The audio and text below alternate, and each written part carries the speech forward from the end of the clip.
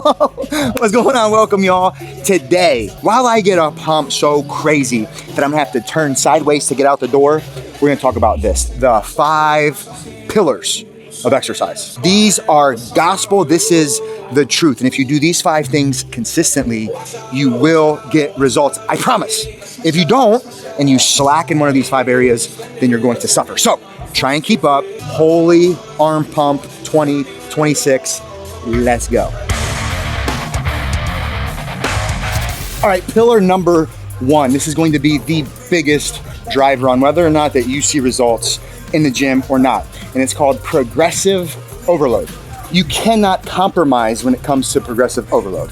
It has to be something that day in and day out, you're challenging yourself every time you get in the gym. That's what progressive overload means. It means that you are progressively finding ways to challenge your muscles. Now, there are several ways to overload your body so that you see the best results. Number 1 is to add weight, okay? So if you're doing a program and it says, all right, do 10 reps, and you're getting to 10 reps and it's easy, well, it's time to go up in weight. So you can either add weight or you can add reps. You can also shorten your rest time. So if you're resting for 1.5 minutes through that entire workout, well, do the workout again, but cut it down to 30 seconds. I promise it will feel like a completely different workout. Another way is to add sets. So you have add weight, add reps, add sets, and shorten your rest periods. These are very simple ways to very effectively overload, but it's gotta be every time.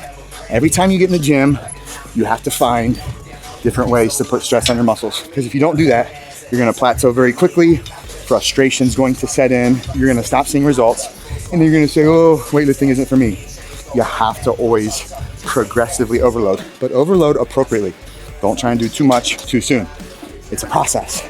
Trust the process. The second pillar to get better in the weight room is consistency over perfection. If you're showing up 90% of the days that you're supposed to, I promise the ROI, return on investment, is going to be 100%. So if you miss a day, that's not going to crush your progress. But if you miss 3 or 4 weeks, well, that's a real problem. We need consistency. You need to be nailing it and doing what you're supposed to be doing most of the time. And if you can do that well, you're going to find success in the weight room.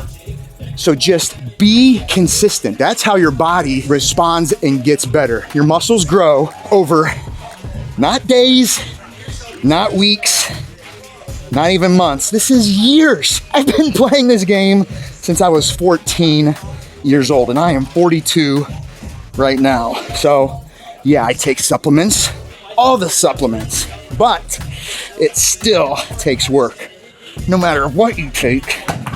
Let's talk about the third pillar to get better in the weight room, and that is training to almost failure. You'll hear a lot of guys say, you have to train to absolute failure, every rep, every set. Every now and then, that's not a bad idea, okay? But if you want real results, you don't want to get into overtraining and maybe some injuries and some lack of recovery, just go to really close. And when I say really close, I'm talking like maybe 1 more, okay? Where, okay, I could maybe do 1 more, but I'm gonna go ahead and stop now. Like, I want you getting there every single time because the results are happening later in the set, okay? The first couple reps, I'm not doing a whole lot. What I'm trying to do is get to where I'm really close to fatigue. And then as I squeeze those last couple reps out, that is when the magic is happening. So these first several, yeah, these are cool, but I'm working for when it starts to get hard. And then I do several reps there, and then I drop it, but really, really close to failure. And you can go to failure every now and then. I'm still a big fan of not being able to do anymore. This right here, that rep, right there is what I'm after. Oh my goodness, yeah. Oh, I hope you guys are having fun. Listen, you have a pump yet? Number 4 pillar is this. You have to recover. Recovery is everything. I want you to recover harder than you train. There's a reason that athletes spend millions of dollars on self-care. It's because if you're not recovering well, you're not gonna get the results that you wanna see. You'll constantly stay in a state of just being broken down. You have to recover. Now, how do we recover? Number 1, a number that I want you to really pay attention to is your protein. And this is a general number, but this is a good place to start. I want you to get 1 gram per pound of your body weight. So if you weigh 220 pounds, get pretty close to 220 grams of protein, right? Close. So that's gonna get you in the neighborhood, and then depending on your goals, you can adjust that as you need. Number 2, what do we need to do? Well, you have to sleep. If you're not sleeping, you are in trouble. Everything good that's happening in your body throughout the day is happening when you're sleeping.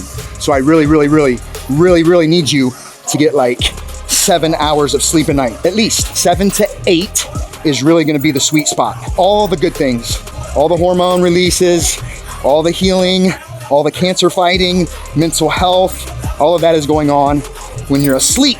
Yeah, buddy. So that's what we have to do, folks. You have to recover well. That is a pillar that will never change, because if you don't do it, you're gonna wind up hurt.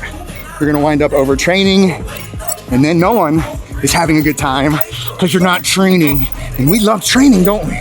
The other thing you really need to learn how to do for recovery is to manage your cortisol, okay? Stress. Don't be stressed.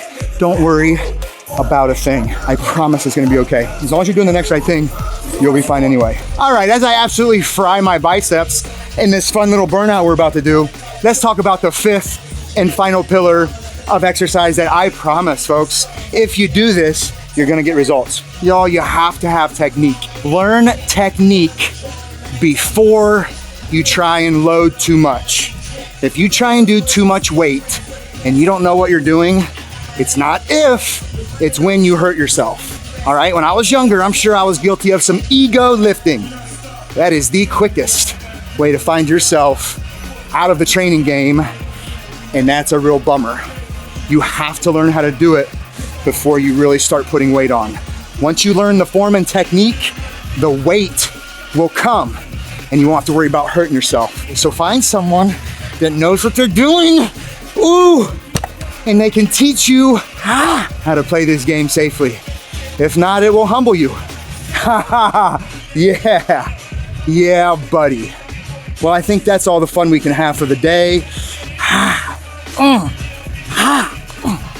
That's an arm pump, folks. That's what that is. Let's see what this looks like. Little pump.